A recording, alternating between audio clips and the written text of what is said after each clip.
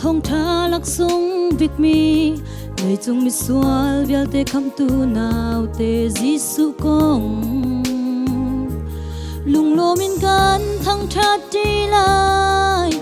zai lai kan thang that lai zun choi mi le ngai chia mi cha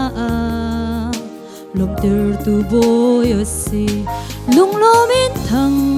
tha tu khal zong an ilo mi phim pathum na le Mary Joseph le van chung mi na zong ni dai na kum se tin zai la rem do an sa hallelujah amen tlan leo David qua Bethlehem min thang lâu qua mẹ te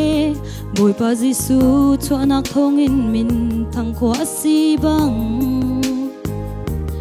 kan khua le kan ram te zong phing le tlang chul di se bồi pa kan thang that nak sang chin in nang di chang se lung lo min thang tha tu khal zong an ilo mi phim pathum na le Mary Joseph le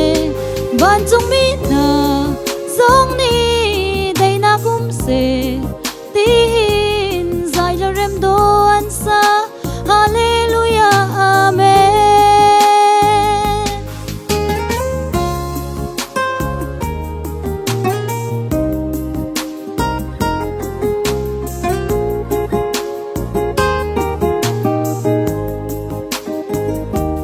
Mozan chi mar fi chiu do te Giêsu cho mel chun nak to quang le ram rawin chum na cheu na ka lang bang khan kan in chung khar di lak te le kan thin long chung chiawa bolai cheu der tu na si nak chu thang di chang ko se lung lo min thang tha tu khal zong an ilo mi phim pathum na le Mary Joseph le ban chung mi na zong ni dai na kum se tin zai la rem do an sa hallelujah amen lung lo mi thang tha tu khal zong an ilo mi phim pathum na le Mary Joseph le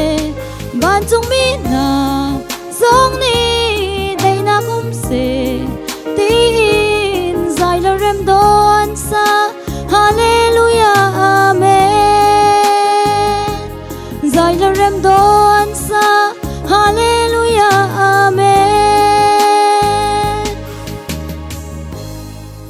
biang mi kan pathian ni sumpah nak so ko se